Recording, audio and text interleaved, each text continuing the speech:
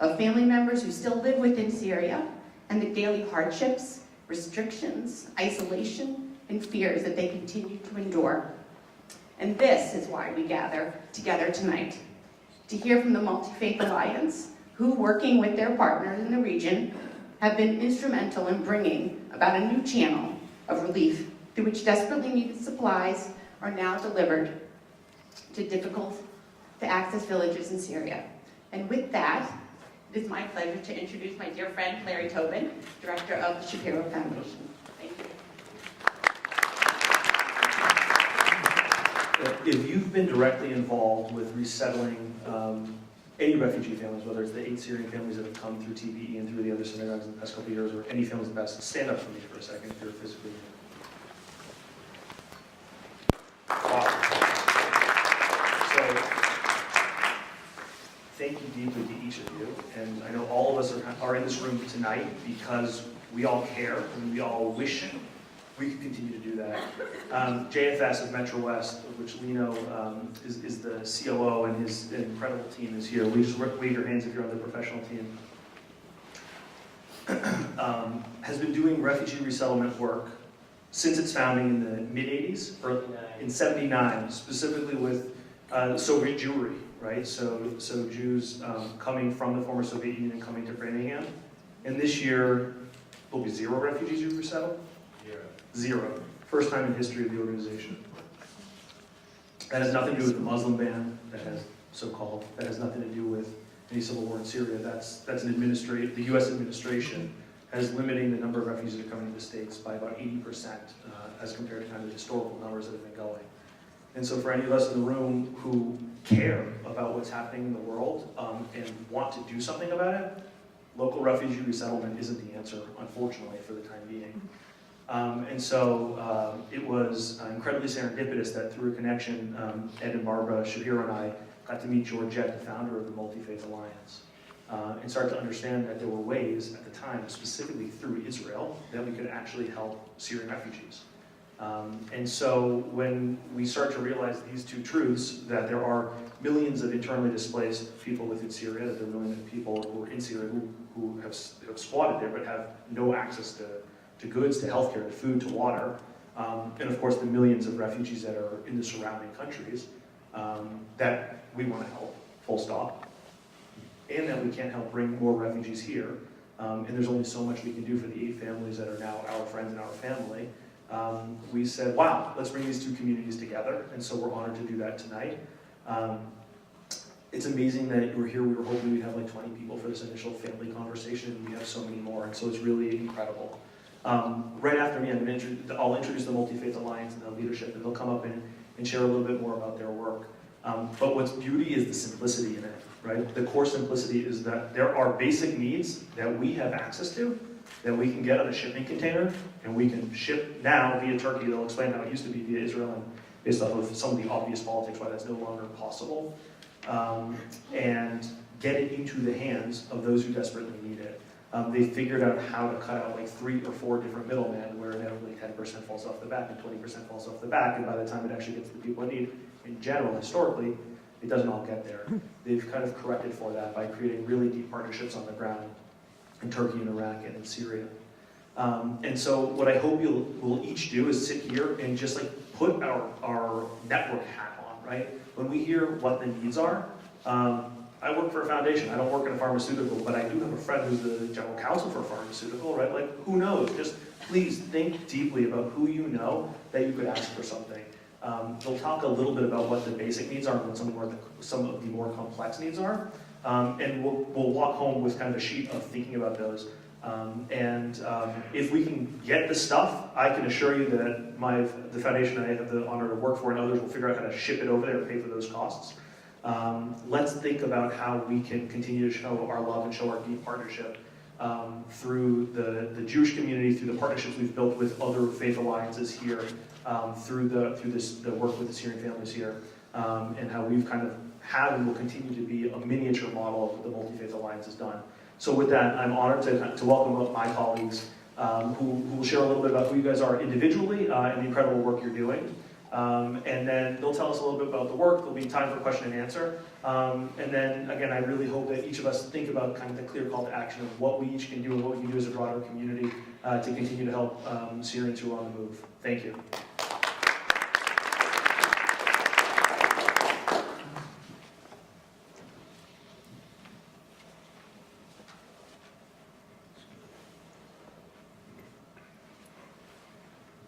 Hi, my name is Ben Gross. I'm the Executive Director of MFA. I asked my wife actually how to start, and I have to tell you, her response was, don't try to be funny, just be yourself. First of all, I have to thank Ed and Barbara Shapiro and Larry Tobin at the Shapiro Foundation, who have been just fabulous in putting us together with JFS. And the group you have here at JFS, who are also fabulous. Lino, Jane, Amanda, everybody else who's helped put this evening together, thank you so much. Your work is amazing. What you've done with the JFS humanitarian relief effort is incredible in terms of forming a coalition across the entire eastern part of Massachusetts. We're honored to share the stage with you, and we're very honored that you've chosen to work with us on an ongoing basis. So we're thrilled to be here. We're very happy to have the opportunity to tell you what we do, to explain, give you an update on what's going on in Syria, and also to explain how you can be helpful to us and to people in Syria who are in such desperate need. Let me first start off by introducing you to our speakers. First, Georgette Bennett. Georgette is our founder and our visionary force. In particular, it was Georgette's resolve and deepest belief that we cannot stand idly by in the face of the suffering of others that underlies everything we do at MFA. It was Georgette's sheer force of will and refusal to ever take no for an answer, something I'm very familiar with, that brought together the State of Israel, the IDF, and Syrian NGOs in a wonderful, groundbreaking humanitarian partnership that enabled us to deliver over $120 million of relief via Israel over the Golan Heights and into Syria. These were two countries that have been in war for 70 years, and we were able to overcome the animosity and the enmity and have a shared humanitarian project together. Next, Shadi Martini. Shadi is MFA's Director of Humanitarian Relief and Regional Relations. He himself is a Syrian refugee. He ran a hospital in Aleppo that was treating the wounded people who were wounded in demonstrations. His network was discovered by the Assad regime. He was able to flee Syria and has been involved in humanitarian efforts ever since. Next, we have Ahed Festuk, also a Syrian refugee. Ahed is our coordinator of humanitarian relief and public outreach.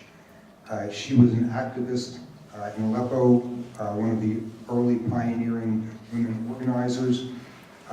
She was there on the front lines of the demonstrations, worked in a hospital that was unfortunately destroyed, and personally witnessed events, as Lena was referring to, things that went on in Syria that you and I only read about and imagine. It's quite an incredible story. In 2016, Ahed herself came to the United States, and she's been with MFA for the past 9 months. Let me also, by the way, thank Lily Robinson and Dave Katowitz, who on the MFA side put this together for us. They've been great, and we thank you for all your work. With that, let me say that they point out that a picture is worth 1,000 words. So I figure a video must be worth even more than that.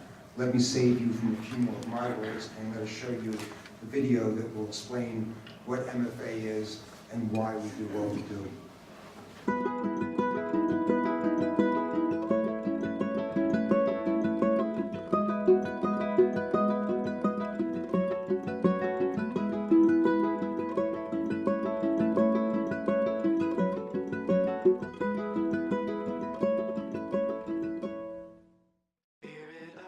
Every person is created in the sacred image of God.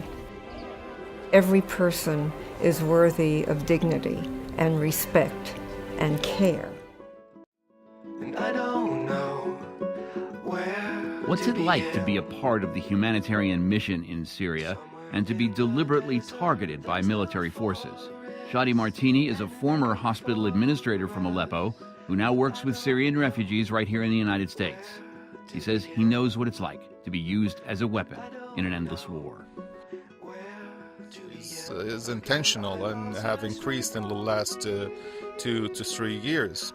I remember 2 months ago we had the targeting of all hospitals in Aleppo, and that made a lot of doctors flee, and you had very few doctors staying inside the city. That's a way of trying to win the war, by destroying all the civilian structure of your opponent, and this way you will make it very hard for civilians and any population to continue to live in this area, and you try to win the war by this.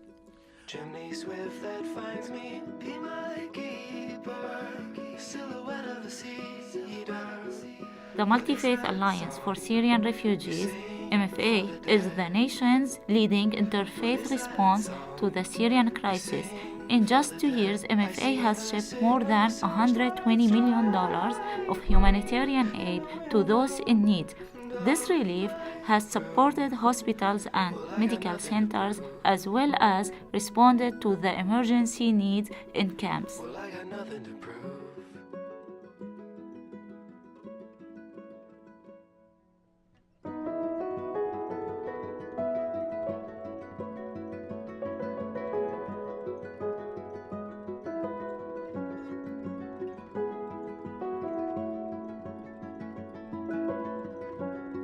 We are commanded to respond to suffering. We are commanded to care for the stranger. We are commanded to provide refuge. Yes, every road leads to an end. Your apparition passes through me in the willows and 5 red hens. You'll never see us again. I'm Georgette Bennett, and I'm the founder of the Multi-Faith Alliance for Syrian Refugees. I came dressed for much more snow than you actually have here. I'm going to just give you a brief glimpse of some of the things that you're going to be hearing about in much more detail from Shadi and from Ahed. But we are in a synagogue, and therefore I feel I really need to speak to you as a Jew. Just a word about my personal history that brought me to this topic, to this time, and to this place. I'm a child of Holocaust survivors and a refugee myself. When my parents and I finally were able to get papers to be admitted to the United States, we booked passage on the Ile-de-France. We had escaped Hungary to France, and from France to America. But the passenger manifest, where you had to write your nationality, said stateless. So I began my life as a refugee.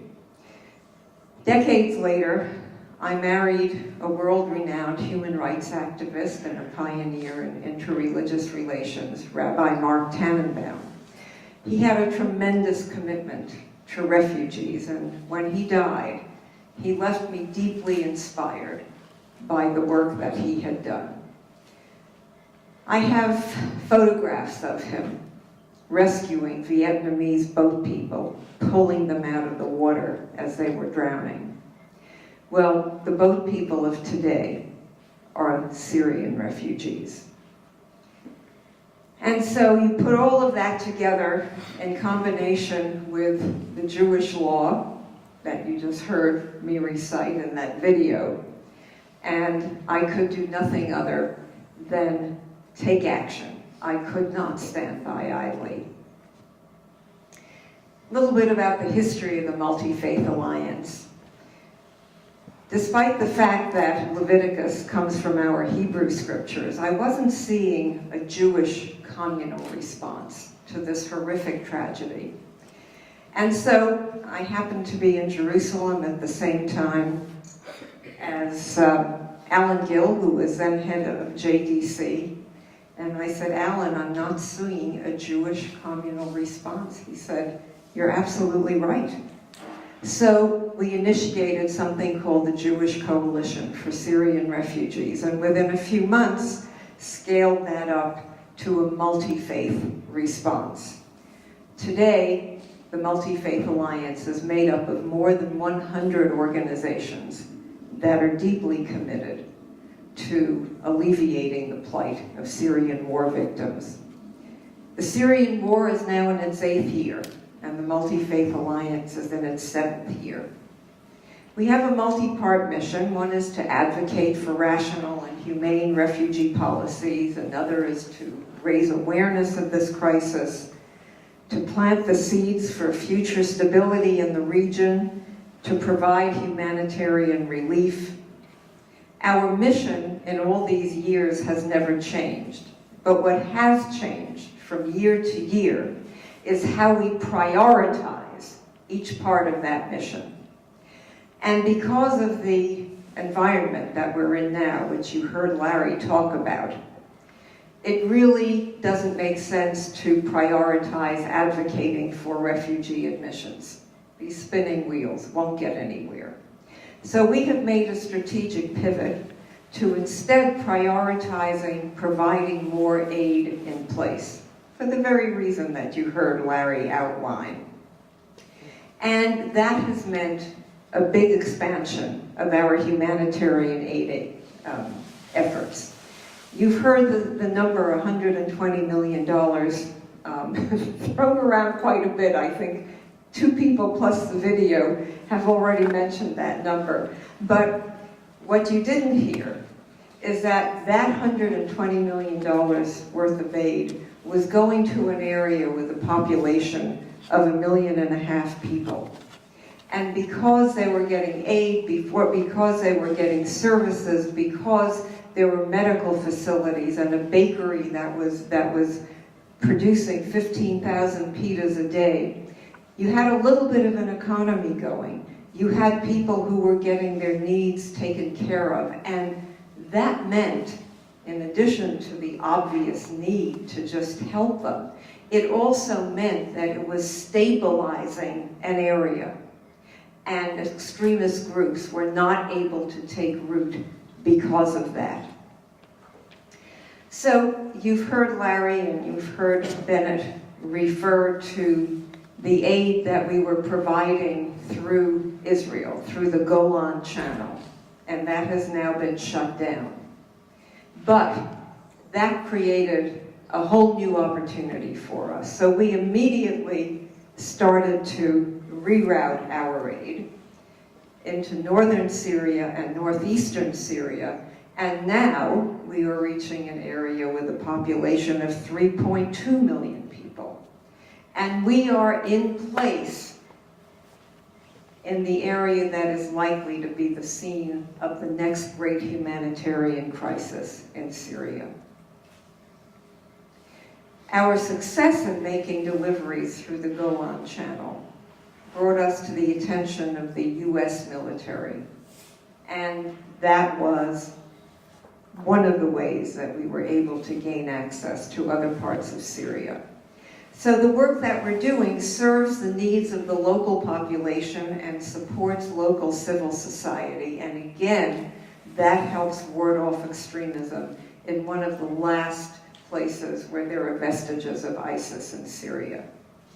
But even though the Golan Channel has shut down, we are still very much committed to continuing to work with Israel. And just 2 weeks ago, I was in Brussels, so was Shadi, where we were meeting with high-level Israelis and Syrians, trying to find ways that Israel could continue to provide aid, even though it was no longer through an area where there was a shared border. And we did, in fact, identify something that Israel could do, and that is to provide medical technology that is unique to Israel, that you cannot get anywhere else in the world. So by our Syrian partners surveying the medical needs in the area, we were able to identify several technologies that will be of enormous use in that part of Syria. And I can't underscore how important medical aid is, because the medical infrastructure has been completely destroyed in Syria. As you heard, it has been used as a weapon of war. You heard Shadi talking about that in the video. So we call what we do humanitarian diplomacy, because not only does it help to build bridges, especially between sworn enemies, but it helps to stabilize a region. And I also want you to keep this in mind. It is absolutely important for U.S. security interests. Now, I know I don't have to convince you about the importance of this kind of work, because clearly you are a welcoming community. You have demonstrated that, and we so much appreciate that. But now, so you can get details, I hope I've tantalized you a little bit with this overview. I want to introduce my colleague, my partner, Shadi Martini, who will give you the view from the ground and a much broader description of the Syrian crisis, as well as MFA's groundbreaking work. And by the way, he is a true hero. You have no idea how much of a risk Shadi has taken with his work, really risks to his life.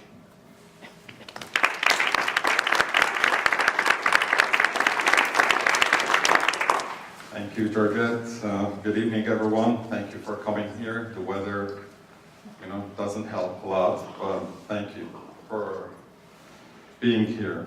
I'm going to take the opportunity to describe what happened in Syria since, from my own point of view, what I've witnessed during my years in Syria. I was living in Syria in 2011 when the Arab Spring was happening all over the Middle East.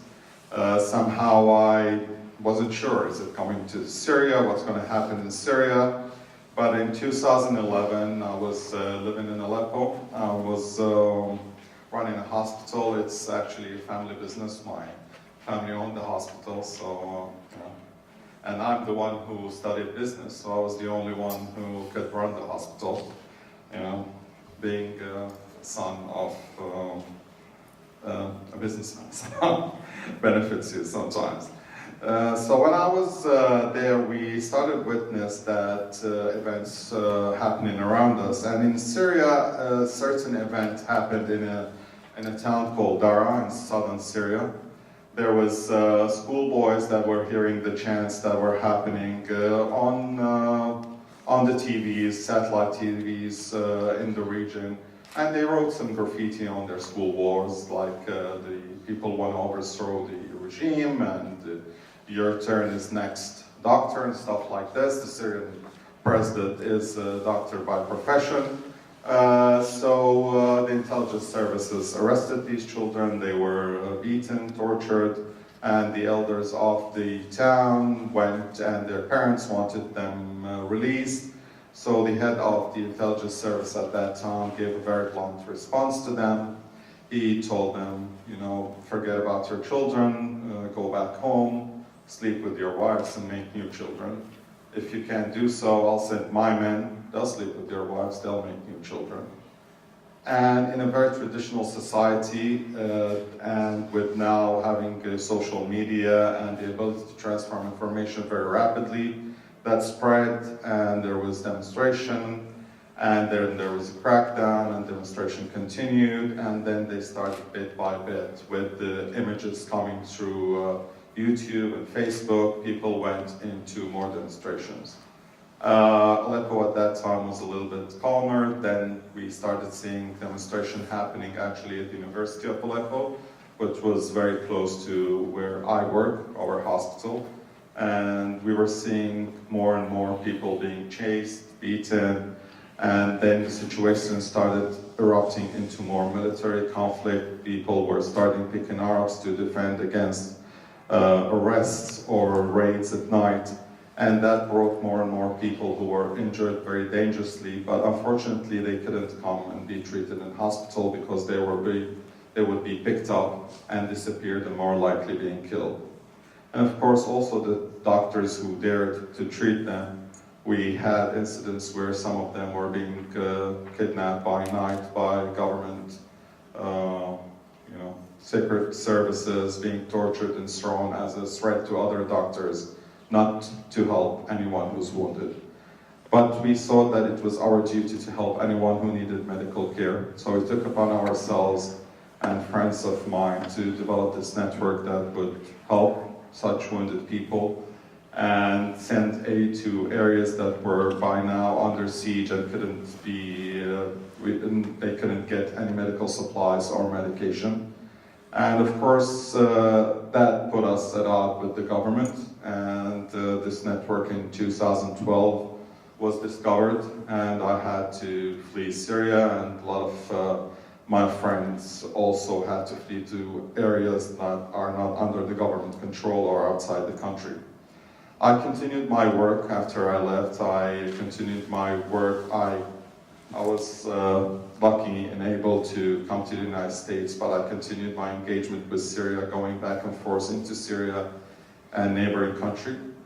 We witnessed what was happening in 2013 with the beginning of the mass influx of refugees into Europe, and then it morphed into what happened in 2014 and later in 2015, where we had millions of people trying to flee into Europe. We were on the front lines, first in Greece, then it went to Bulgaria, then it went back to Greece, then people moved across the Macedonian border into Germany, Hungary, and other places in Europe.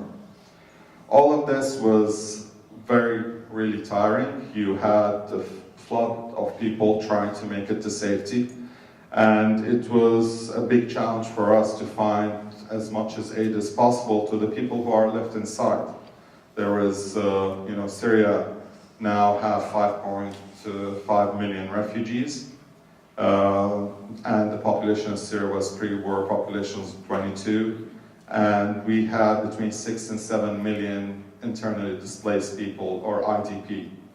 So as people were making safety into other countries, the people who were inside were subject to bombings, targeted bombings, especially for facilities that would help them sustain their lives. So the major areas that were hit, or the targets that were hit, were hospitals, bakeries, schools, and anywhere there was a judicial or courts or any system that would govern these areas. So it was a very targeted and very intentional way of weaponizing social services to communities.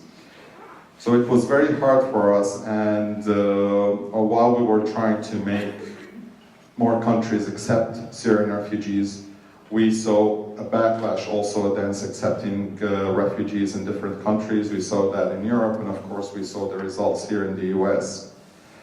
So we were trying to get as much as possible to aid to people who were left in Syria. And one area that we were looking at, and we were wondering why there is no aid coming with Israel. It shared border with an area that was actually the beginning of the uprising happened in this area. It's called Haran in southern Syria. And there was limited supplies that are coming already from Jordan. There was a lack of specifically medication and for the treatment of the wounded. And also, as Israel opened its border to treat the wounded, but no aid was coming in. And a lot of people were very hesitant to seek aid with Israel. At the end of the day, it was a 60-year conflict. Syrians hated Israelis, and Israelis hated Syrians. Both sides didn't like each other. They saw each other as enemies. So it was a very difficult and a very time to change the narrative and to change the attitude between the two communities. But we saw that somehow humanity and the suffering would change this. So we pushed with Georgette. Actually, we We met in 2013, Georgia, end of 14, yeah, 2014, when we met, and we thought about this and how can we achieve it. We went to Israel, imagine me as a Syrian, never met an Israeli before, being all of a sudden thrown into Israeli media and all stuff, and trying to explain to them how important it is to open the borders so we can get aid into Syria. It's very hard on both sides. In the eyes of Syrians and in the eyes of the Israelis, you were mistrusted by both sides, but somehow it worked. Somehow we were successful. We got a call one day. Georgette, I remember, I live in Michigan now, so Georgette was in New York. She called me, she told me, you won't believe the phone call I got. They just called me and they said that they're opening the borders with Syria and they want our help to deliver aid because no one can or want to deliver aid through Israel. And this was the moment that we were waiting for. And through our network that was already established, like we mentioned before, the numbers of shipments, we managed to build 2 hospitals, 1 fully automated bird factory. We started, pouring in medication, school supplies, anything that the civilian population needed. And this really changed perspective and narratives between the 2 communities that are living along the borders. It was a breakthrough. It was something, a glimmer of hope in the gloom of doom of the Middle East. No one saw that anyone in the Middle East can come together and work together just to help a neighbor that is in need.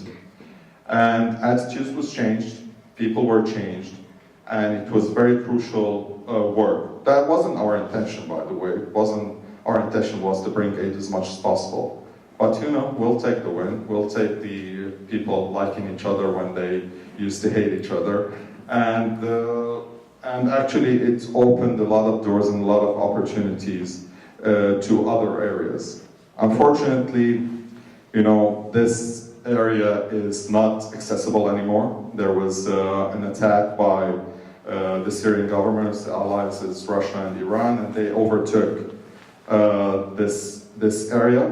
But the relationship that we built and the ability to bring aid in a very efficient way, what we did at MFA, that we were very efficient in outsourcing the aid from donors here in the US and around the world, and being able to monitor all process from the US into Israel, then into Syria, then to the end user, let's say, which is the IDPs and the people inside Syria needed, that all our partners, when we told them that this channel has closed and we have to move to other areas in Syria, everyone said, we're with you, because we know how you work and we know how efficient it was. So we continued building these networks and did the relations between different organizations and communities, and until now and I'm going to talk about it later, we are still actually exceeding our expectation this year with the amount of aid that we're sending in northwest and northeast Syria. And now actually I will turn it over to my colleague, Ahad Fistok, who we are both from Aleppo, but we never met in Aleppo. She was an activist, I was working in a secret network. We probably, if we meet, we would mistrust each other because we always, in Syria there's a saying, the walls have ears. So even if you want to say a joke, political joke inside your house, you whisper. And it went with us even when we left, we will still whisper, sensitive jokes. Actually, we met in a synagogue in New York. I was doing a panel presentation with the head of another organization that works with deals with refugees, Hayes. I think a lot of people here knows Hayes. I was the president of Hayes, and we were talking about the problems we are facing in admitting Syrian refugees. And here Ahad comes to me. You saw her in one of the videos, and she speaks in Arabic and in a specific Philippine accent. what are you doing here, like a synagogue in New York? I said, well, I was in Aleppo, from Aleppo. So that was a surprise for me, and but I was lucky to meet her, and we're lucky now to have her on board, and that will give her experience and her perspective of how she felt and what she did and what she witnessed in Aleppo. And I think it's a very unique perspective because I had stayed longer than me. She's braver than me. She withstood the bombing, the targeted destruction of hospitals. She left fairly, recently, now 2.5 years ago. Yeah, so I'll yield the floor for you, and come up to the podium, and thank you very much.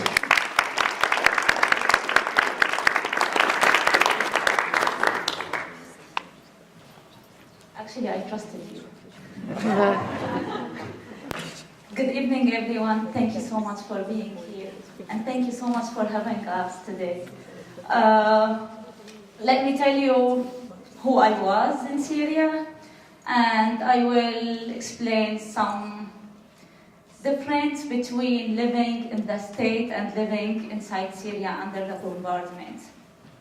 I'm from Aleppo, and actually my family kind of a middle-class family.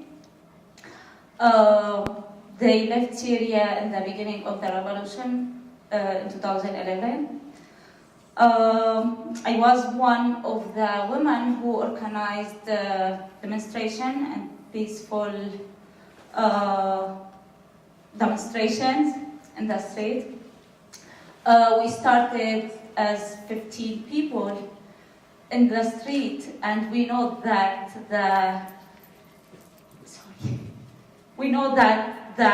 the intelligence officers, they get us from everywhere in the street, but we couldn't actually not to go to the street after we heard what was going on in Daraa. I graduated from Aleppo University. I studied accounting. I worked for 4 years, which I don't like, and I'm not going to talk about this experience. So after we started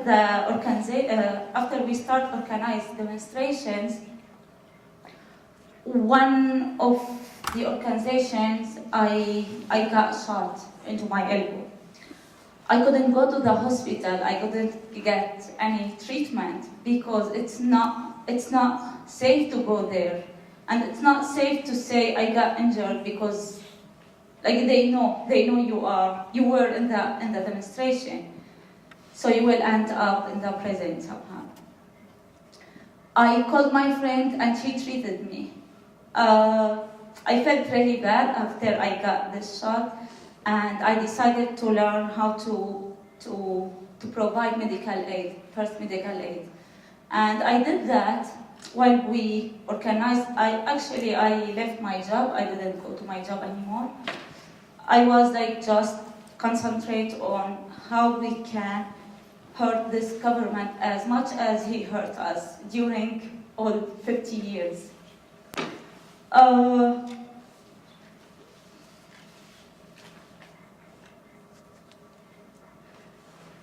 When the bombardment started in 2012, I went to the hospital, to the local hospital.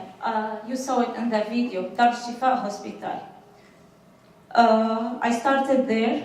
I provided medical aid for 8 months.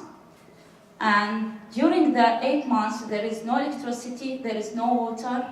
You can stay about a month without taking a shower. And actually, about myself, I stayed 3 weeks without any water, or even I can't get water to drink, not to take a shower, because we had no electricity. Since we had no electricity, so we had no water. After 8 months, the hospital was attacked by the regime. I went outside the hospital to get lunch to my friends and myself. I told my friend, come with me, and she said, no, I'm fine here. Go and get lunch for you and for me. When I went back, the hospital was attacked, and my friend was under the rifles. I couldn't provide medical aid anymore. So I decided to work with humanitarian relief organizations, and I started with them. But during this time, until I came here, there was many events happened. ISIS came to Aleppo, and then Al-Qaeda, we call it Jabhat al-Nusra, the Islamic extremist group, they were there. And one of many fights that I had with them, they arrested me for a day and a half. Why? Because I had no man to be with me. Why? I was driving alone. And that was like something really, really bad for them. Like women driving by herself. Women not allowed to leave her house, so how come she's driving? And they arrested me, and then after a long fight with them, I told them, like, if you're gonna keep me here, you will be in like a huge trouble. And then they started to know that I'm kind of a famous activist in Syria, in Aleppo, and they kicked me out. And then they told me, it's better for you to go and join your family, or you will end up dying. So of course I didn't listen. We kicked them out, and they were out of Aleppo less than a year. After they started being in Aleppo, we kicked them out after less than a year. During their time, we had a lot of events, we have a lot of crazy things. One of that, when I tell people, they just can't believe. I saw two heads, like one of ISIS fighter was holding two heads in his hands and like walking in the street. And when I saw that, I couldn't imagine that I'm seeing something real or not. Sorry.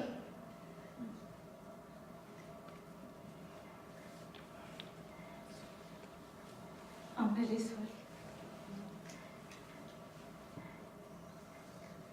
So and then I know it's real.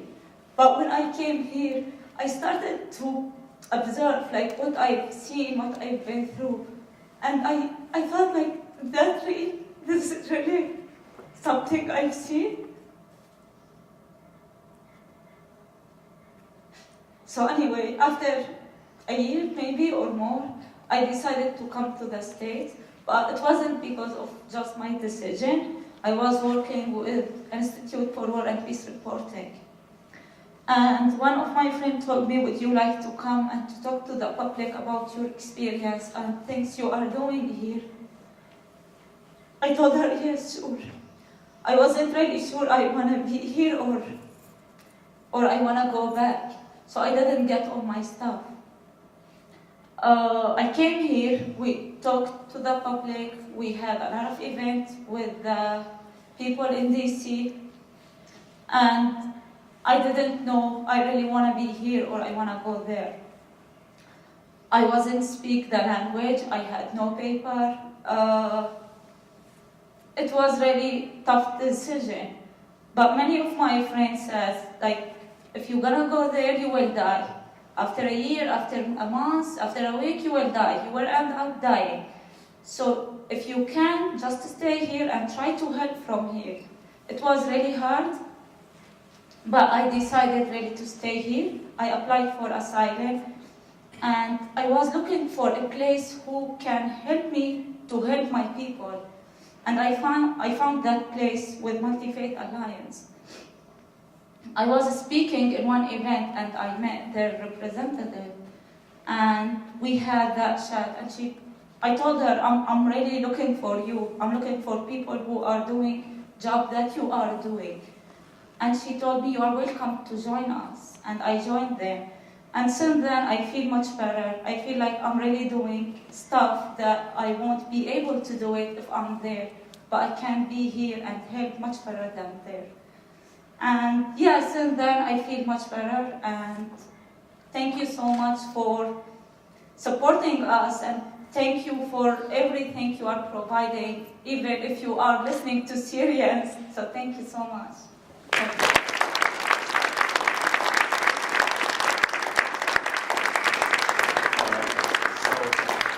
we're just going to have a small technical difficulty. We're trying to restart our computer because there's a very important map that I want to explain to you. You know, but while that, I just want to explain one thing about what a lot of Syrians have witnessed, and probably a lot of people are not aware of. You know, me myself, I don't know any Syrian who is very seriously traumatized by what happened. And the biggest problem we have is when we have to remember what happened to us. You know, sometimes we try to block it, you know, but don't believe any Syrian is not traumatized. They're all traumatized. Anyone, of course, people deal with it in a different manner. People have witnessed situation differently and deal with it differently. But deep inside, everyone is hurt. It's very tough, but it's something that we need to do. We try to explain to people why people are becoming refugees, because a lot of people think like we want to come for the good life. It was something that forced on refugees, on people. You know, refugees are different. You know, some people were, you know, university professor, judges, some people were mechanics, some, you know, different segments of society, different backgrounds, different education. The only thing that brings them together is that they were forced to leave their homes because of an event that was very threatening to their lives or their family lives. So you know, sometimes you know, it's very hard to express what you know, everyone feels inside of us, and you know, it's hard, and also the decision to be involved in this work, and it's you know, coming back and explaining every time to people what happened is very traumatizing. So just wanted to explain what's happened and trying to get Lily here to restart the computer, because I'm going to take the opportunity now to tell you what is happening now. How are we bringing more aid inside Syria, and how, and after that, Bennett will take it to explain the different ways that you can help, and if you know someone or you think of someone, or you can help, because that's the most important thing that we're trying to achieve. There's a lot of people, we're lucky, I'm lucky, I had this lucky, but like you've seen, there's millions of people who are not. We are just trying to make them, and hallelujah. We have the map now. Don't touch it. I'm not. I'm trying to be as far as possible from the computer. Okay, so that's Syria in general. What you're seeing here is different areas with different control, military. Of course, our focus is humanitarian, but we have to deal with realities on the ground. So you see the situation of Syria. It's like that's the Mediterranean. This is Cyprus. That's Turkey to the north, Israel to the south, Jordan, Iraq, and of course Lebanon.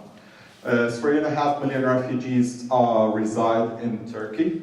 Most of refugees are urban refugees. So of the 3.5 million, probably 15% reside in camps. Most of the other people have to make ends meet, rent houses.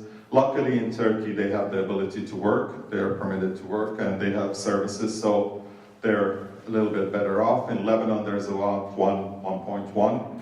Probably the worst situation for refugees is in Lebanon. There is no organized camp system or someone overseeing people, you know, find a place, sometimes rent a piece of land, and they have to, you know, they're not allowed to work.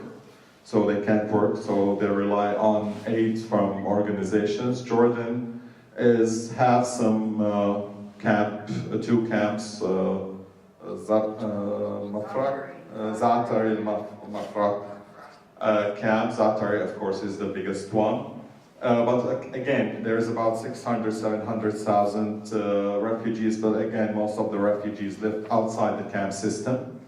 And then we go into Syria, where it's about 6 to 7 million displaced refugees. And of course, there is another 250,000 that reside in the KRG. And the KRG means the Kurdistan Regional Government. That's the northern part of Iraq, which is have autonomy. And you'll see the routes. The first route that we used to operate, that was the start of the work of the Multi-Faith Alliance and do this humanitarian work, because before that we were trying as much as possible to help people get to the United States, resettle, or advocating for such policy in Europe. But unfortunately, all these efforts now are very hard to achieve, so we focused a lot about the opportunities to help IDPs or internally displaced people inside Syria. So we used to bring containers from Haifa. The IDF will truck them to the Golan Heights, then the Syrian NGOs will take them, and there's this region in the south that has about 1.5 million that the aid will be distributed. Since this have suspended, we rerouted our route to go through Mersin. If you see up there in the northwestern channel, that's Mersin port in Turkey, where we do the same. We truck containers, mainly 40-foot containers, 20-foot containers, to this area, and then we get it to Idlib, or the countryside of Aleppo. And the other option, and the other route, which is a very long one, but because of certain sensitivities between Turkey and the Kurds inside Syria, there is no border crossing between this region. I don't know if it's yellow. It's yellow, it's supposed to be yellow, but that's the areas where previously ISIS resides. That was the caliphate and the capital that's mainly now controlled by SDF, or Syrian Democratic Forces, and the coalition forces and the US troops.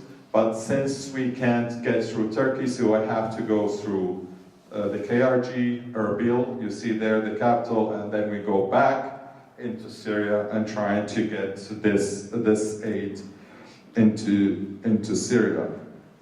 So it's a very, once I explain it, this looks very simple. We get a container, we get it there. Just to get this route working into northeastern Syria, it took us more than a year. It's such a complicated effort, because you have to go hurdles about political sensitivities, Turkey, Kurds, US forces, local actors, and at the same time you have to work without being political. And the second thing, you don't want to pay bribes. We don't pay bribes. So that's also make it much harder, a longer time, but at the end of the day, we discovered through our work that's the best way to continue working, because everyone knows you're not paying, then they will, harass you the first 2 containers, then they will leave you alone. They know they're not getting any money from you. And of course, to making sure that you can get it to the recipient that you intend, and that's the people who really are suffering on the ground. Our intention is not to throw aid in areas.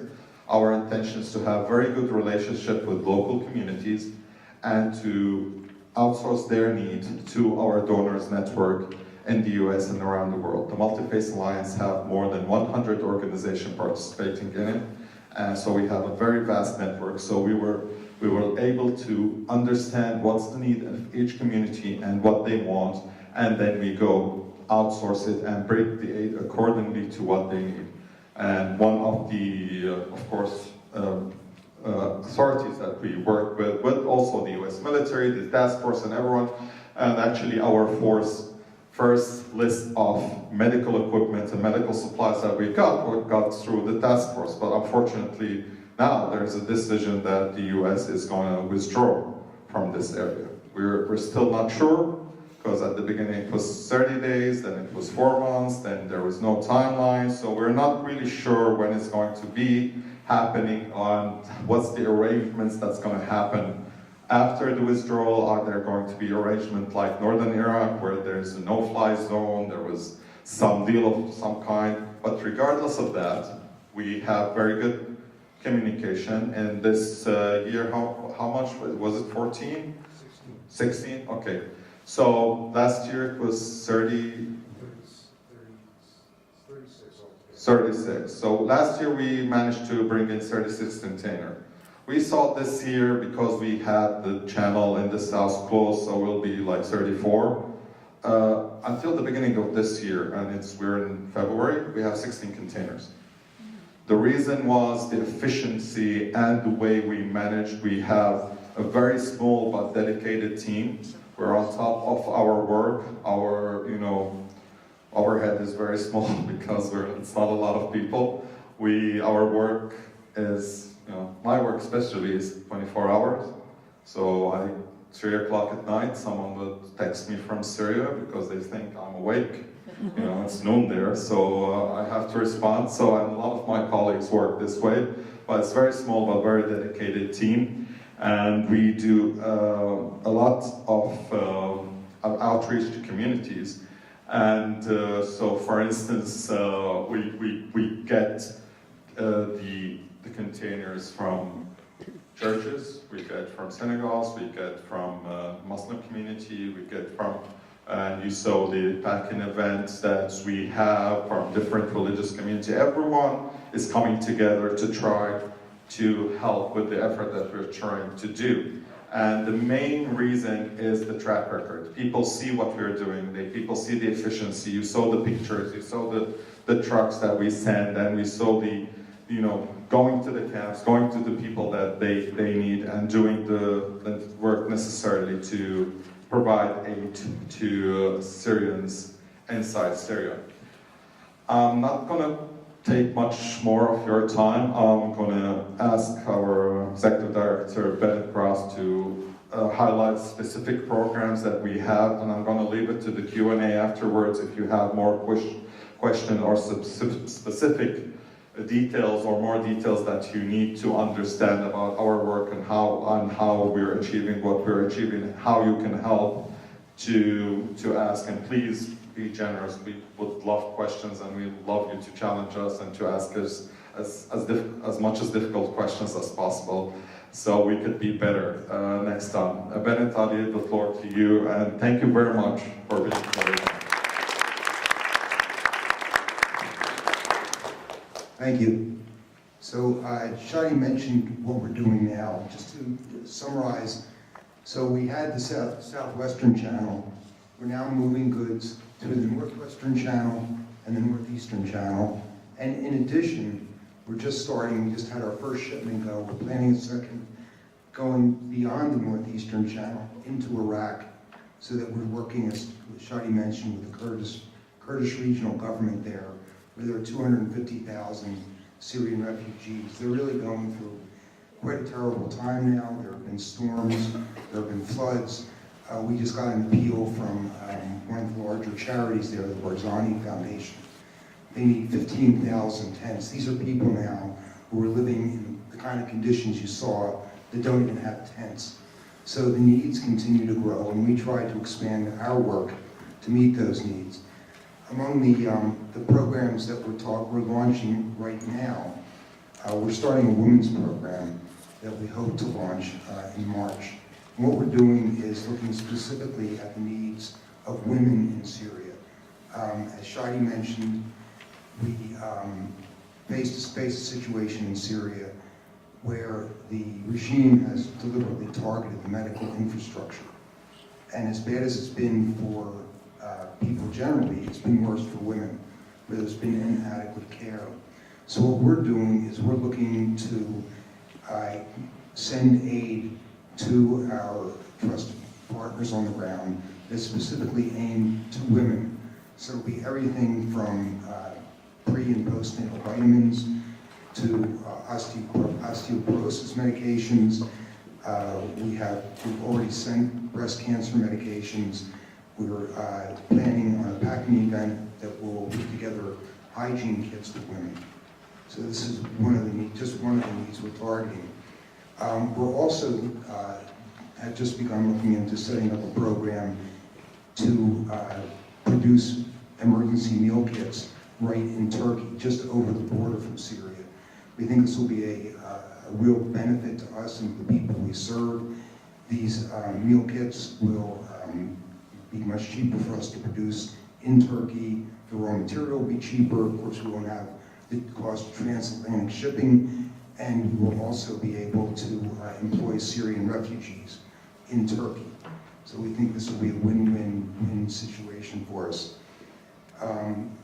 Lastly, we're, as Georgette mentioned, we're starting to look now to sending exclusive Israeli products into the northern part of Syria, primarily in the Idlib area. So these are all things that we're busy doing. It takes time, it takes effort, it takes money, it takes support. It's going to take travel to Turkey, to Syria, or to Iraq, most likely to Erbil, for us to be able to refine our logistics operation. Again, as Shadi mentioned, efficiency is the name of the game here. Making sure we have the right correspondence on the ground, making sure that we're getting goods there in a timely fashion to the right persons is all critical to us. We also have special costs. We just shipped a CT scanner to a hospital in Idlib. Just to crate the CT scanner cost us $9,000. So these things take time, they take money. The question is, what can you do? Well, we have some modest suggestions in your packets we've left on your seats. We have in there a list of supplies that we're looking to source here in the United States. These are a long list of medications, medical supplies. We really ask you to engage in what Nina was talking about, the game of 6 degrees of separation. Who do you know who knows somebody who knows somebody who might be able to be involved with someone in the pharmaceutical industry, doctors, hospitals,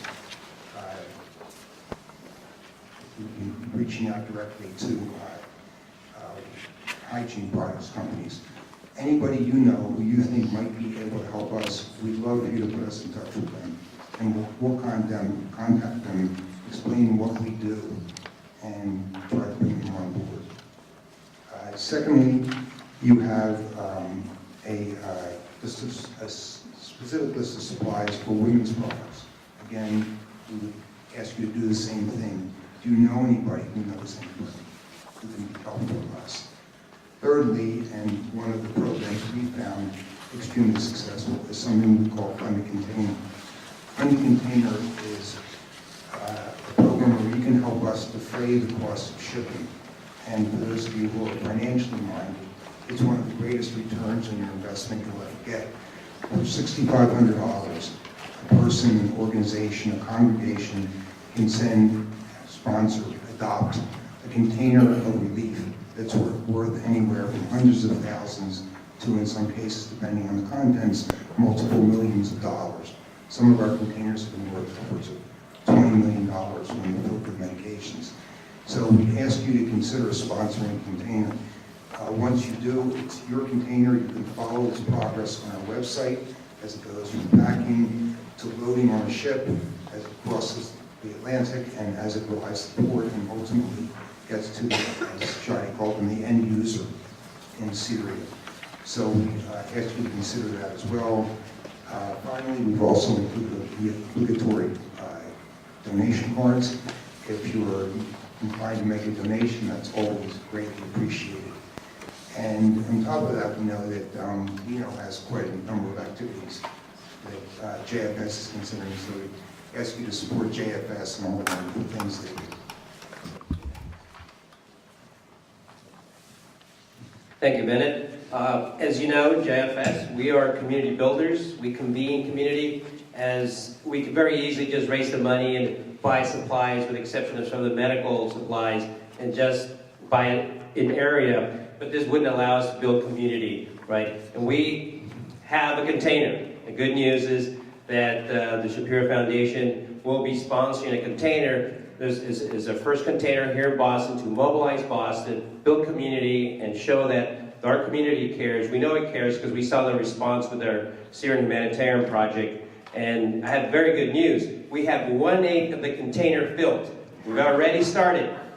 And this is a project with the Jewish Teen Initiative And I would like Adam Smith to come up and talk about this event that his team put together. So come up, Adam, and just talk about what you can do and how it builds community. Okay, makes it easier. And they're filled. Boy, it's tough. It's my privilege to get to share a little bit about what an example of the local response looked like, specifically mobilizing a group of young people in the Jewish community to take action under this incredibly important, and as Larry shared, so basic and clear humanitarian need. It's tough to follow you all. I mean, you're an impressive group. So I have the privilege of working with teenagers, and we want to connect them to their community and to activities that are right fit for them. And there was some question. They said, well, are kids going to turn out? When they had a chance to work at the Brophy School with the Jewish Family Service at Metro West and through the Shapiro Foundation, they said, well, teenagers that don't understand the depth of this crisis, are they going to turn out if we put this event together and we try to mobilize them to put backpacks together with real care and thought? And we said, I think so, yeah. We're not sure. And we hoped to get 20 or 30 kids to come out on a day to build backpacks. Our challenge as we approached the event is we had more than 80 kids signed up in under a week and a half's time, because what these teenagers said to us is when the work is real, when there's impact, when they have a chance not to do a small arts and crafts project, no disrespect to arts and crafts projects, but when they have a chance to really make an impact, these teens in our community turned out in force and brought their parents and brought their friends. And what they said to us on this incredible day where we packed 300 some odd backpacks full of supplies, and the kids were specific in having a personalized handwritten note. They had a refugee family at the Brophy School that actually taught them how to write it in Arabic, and these kids kind of painstakingly, it was really important. They said, we don't want to send any of these. It's one thing to send a backpack. It's important, it's valuable, but it's something different to say, I understand that there's a child on the other side of this transaction that's going to get this and open it up. And we're trying to help train the next generation of our leaders here to care about this, to be as passionate as you guys are. And what was exciting about this event, we have 300 backpacks, we got a lot of credit, great work, you got kids to do cool things. It wasn't the one day, it's the kids who come up after and say, this was incredible, what else can I do? It's the parents who say, how else can I help? And so that's what we're trying to do. It was a total privilege to get to be kind of the beta test of can we and how can we mobilize kids, and Jewish Family Services, an incredible partner, and Shapiro Family Foundation made it possible. So thank you for letting me say a quick thank you for letting us be a part of solving or addressing something that we know is so critically important. Thank you, Adam. So we are going to have some fun with this project. In the next 4 months, our objective is, at the end of May, is to ship this container completely full with very valuable supplies, like you see here, from Boston, right? So that all the partners that are involved, like you, your schools, synagogues, churches, mosques, and other organizations, can come out to Boston Harbor and see the amazing container leaving the harbor. That would be very impactful for our community. And we hope this really mobilizes our community. We continue to do this next year, maybe 2-3 containers. And like Bennett said, the context that you have, some of the biggest needs, backpacks full of materials are very important, but the real need is some of the big medical equipment that they need as they staff up and equip the burn center in Aleppo. So you may say, my uncle is in medical equipment. I wonder if he can help, right? As you leave today, you will have Multi-Faith Alliance folders. We also have JFS handouts. As you leave here, right, there's a contact for you to email us, right? If you're interested, if your organizations are interested, we are going to be the conveners. We'll be there, and it's going to be a very fun project. We'll make a big difference and really get our community together. Now what we're going to do is we're going to have a panel for questions. I'm being sensitive for time. We started a little late because of the snow. Anything you want to ask our presenters today, please do so. They're very gracious with their time, and I think they're going to come up here and they'll share the mic. Any questions? And also, as they come up here, I want to thank my staff for coming out here this evening and helping out with the project. Thank you.